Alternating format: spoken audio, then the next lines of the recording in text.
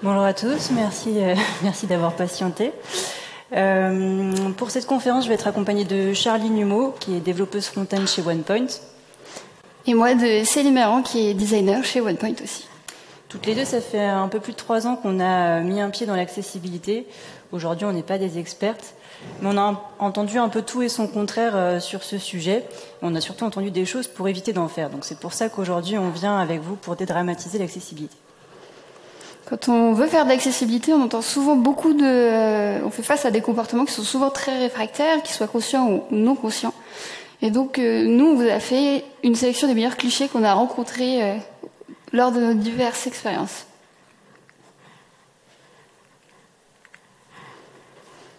Non mais c'est bon Céline, les applications, c'est pas pour les aveugles. Les aveugles, c'est souvent les premières personnes auxquelles on pense. On peut revoir la keynote de fermeture d'hier. Les malvoyants, éventuellement, plus largement, ce ne sont pas les seuls handicaps. Vous allez avoir des handicaps moteurs, des handicaps intellectuels, dans ceux qu'on va retrouver pour impacter notre utilisation du web. Et puis surtout, ce qu'il faut bien comprendre aussi, c'est qu'il y a des handicaps qui vont être visibles, mais on va en avoir beaucoup qui vont être invisibles et qu'on va oublier. Et puis autre chose, c'est que on construit aujourd'hui les applications qu'on va utiliser demain. Donc si vous prenez nos grands-parents, ils n'ont pas vécu avec le digital, ce n'est pas notre cas. Il va falloir qu'on s'adapte aussi. Bon, en vrai, Charline, on s'en fiche. Ces personnes, c'est pas dans notre cible. Alors déjà, si on prend le cas des applications internes, les entreprises maintenant sont dans l'obligation de recruter des personnes en situation de handicap. Donc au final, leur fournir un site accessible, c'est leur fournir un outil de travail adapté. Et puis un handicap, c'est pas que seulement permanent, il peut être situationnel, ponctuel. Donc si vous avez un bras cassé ou autre, et ça peut vous obliger à utiliser des alternatives. Et donc finalement, l'accessibilité quand on le fait, ça concerne vraiment tout le monde, ou nous concernera plus tard. Vous faites-tu à parler d'accessibilité, vraiment, ça coûte trop cher. L'accessibilité, ça coûte cher quand on y pense à la fin.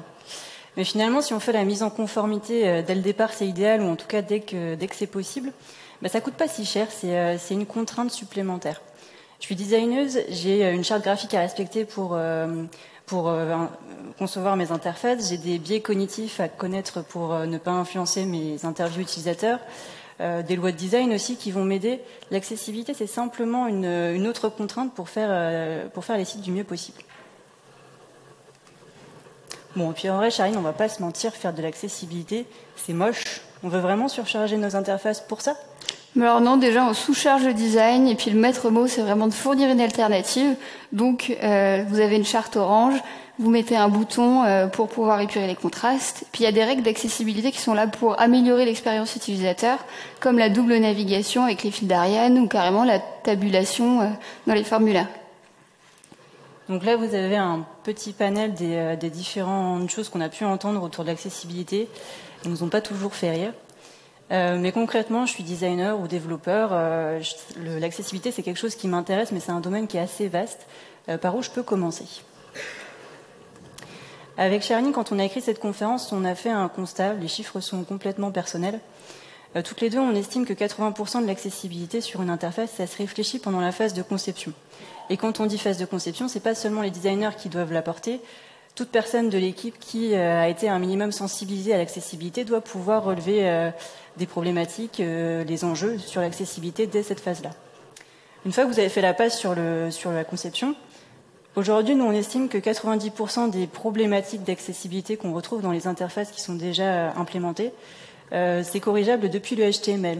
Et toutes les deux, on estime que c'est pas non plus quelque chose de très compliqué. Les 10% restants sont pas forcément simples, mais si vous y arrivez, c'est probablement déjà que vos sites sont accessibles et aussi que cette conférence aura servi à quelque chose. Donc on part d'où ? Pour ça, on a trouvé des checklists en design et en développement qu'on a mis qui aident à concevoir des sites. Et puis il y a un super article, une super conférence de Stéphanie Walter sur documenter l'accessibilité en phase de design. Et puis nous, quand on a commencé à comparer nos pratiques avec Céline, on s'est aperçu qu'entre design dev, on avait quand même la même façon de fonctionner et qu'on suivait le pattern d'Atomic Design. C'est un modèle qui a été imaginé par Brad Force et qui est sorti au moment où la navigation est arrivée sur les téléphones portables et qu'il a fallu revoir nos façons de concevoir les sites et nos pratiques. Et donc on va vous présenter ce principe appliqué à l'accessibilité et de voir un peu comment ça structure l'approche. Donc sur le modèle, on va commencer donc à gauche avec les tokens. Les tokens, ce sont les éléments les plus petits, indivisibles de vos interfaces. Dedans, on va retrouver tout ce qui va être typographie. Donc les typographies, on va faire attention. Une typographie manuscrite ou avec empattement, ça peut être plus difficile à lire. On va retrouver les couleurs avec tout ce qui va être contraste pour assurer la lisibilité. Vous allez avoir aussi tout ce qui concerne les images, les logos, les pictos. Pensez aux alternatives textuelles. Mais une fois que vous avez pris ces éléments-là, vous ne le faites qu'au début de votre implémentation et puis ensuite vous l'impactez partout. Ensuite, on retrouve les composants qui sont un assemblage de différents tokens. Là, on va réfléchir aux contraintes à prendre en compte, par exemple un bouton et ses différents états, et voir vraiment ce que ça implique en fonction des différents types de handicap. Ensuite, vous allez avoir les patterns. Donc les patterns, c'est le regroupement de ces composants. Dedans, vous allez venir mettre des concepts métiers. Pourquoi on fait cette interface-là, finalement. Vous allez rajouter de la logique aussi, donc dans la navigation, dans le contexte, rajouter de l'information autour de cela. Et à la fin, vous avez les templates qui vont être un moyen d'uniformiser un peu le site et uniformiser les pratiques, comme par exemple la place de la navigation ou la tabulation et le fonctionnement des formulaires.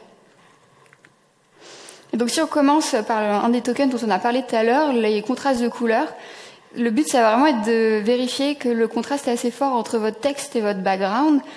Pour ça, on vous a mis un super exemple, nos slides. C'est plein de couleurs, c'est pas forcément toujours terne d'être accessible. Et puis vous avez différents outils comme Color Review, Contrast dans Figma, ou carrément la DevTool de Chrome, qui vous propose les couleurs, les contrastes et éventuellement des couleurs alternatives. Dans les design patterns, donc les composants, petit retour d'expérience, moi quand j'ai commencé, j'étais très bien, il y en a plein des composants sur une interface, donc comment je fais? Et on m'avait répondu, tu prends le RG2A et puis hop, t'as tout ce que tu veux. Moi je peux pas, c'est imbuvable, je suis incapable de faire ça.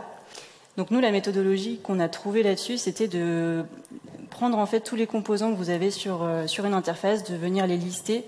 Et finalement, ensuite, vous avez les design patterns ARIA sur le site du W3C qui vous donne toute la liste des composants qu'on retrouve généralement sur une interface.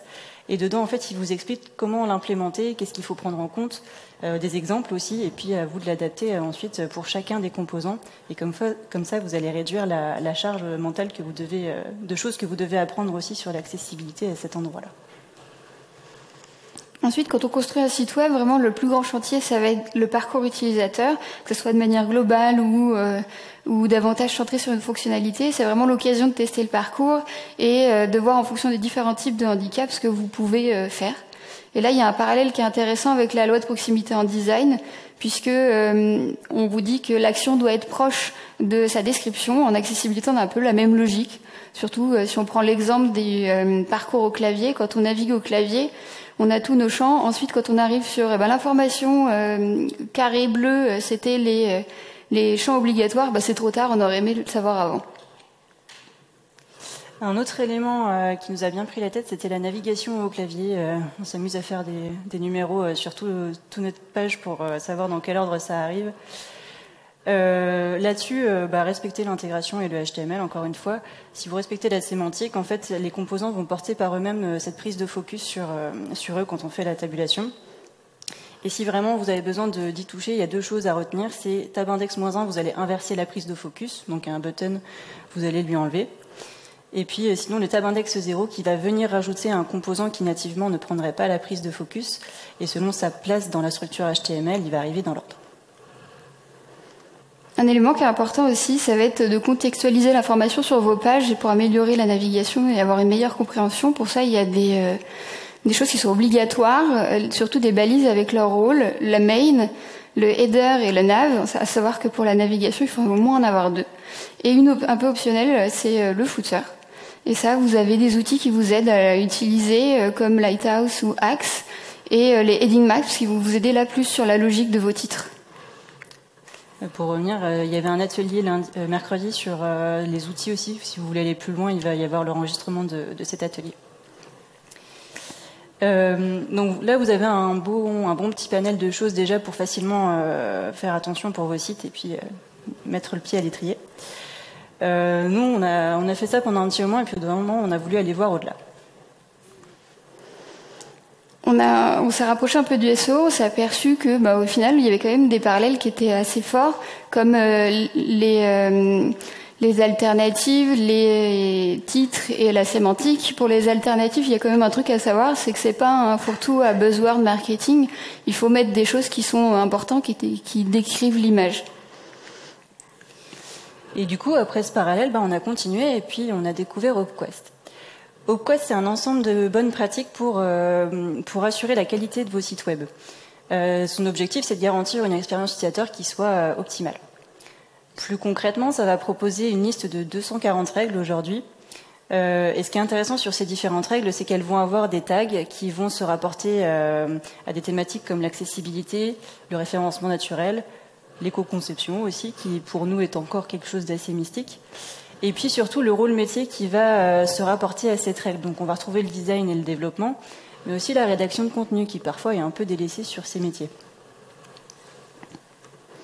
Et donc la démarche, elle est vraiment intéressante parce qu'elle va être vraiment transverse et elle va fournir un socle de bonnes pratiques un peu pour optimiser l'expérience utilisateur et que ces règles elles vont vraiment toucher tous les acteurs qui participent à la réalisation du site web, autant de la production jusqu'à l'implémentation, voire même le service après-vente après.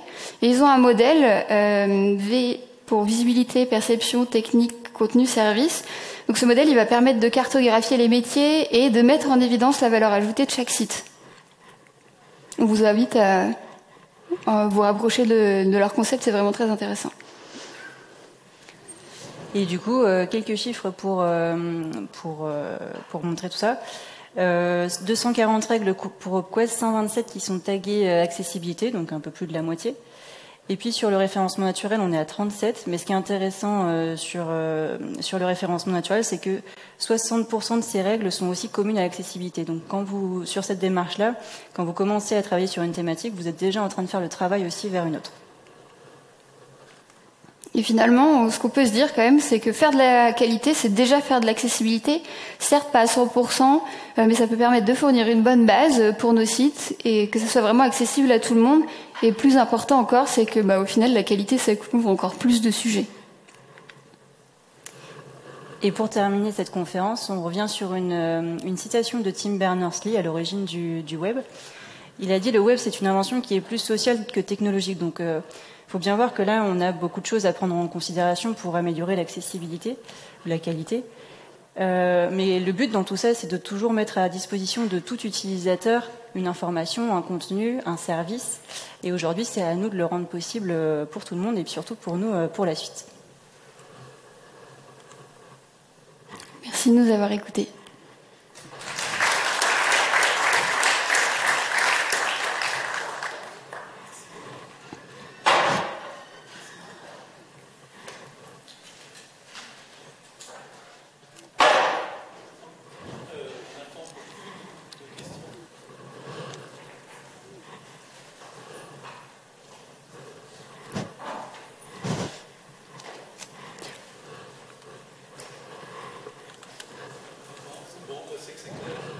Merci beaucoup, bonne fin de journée.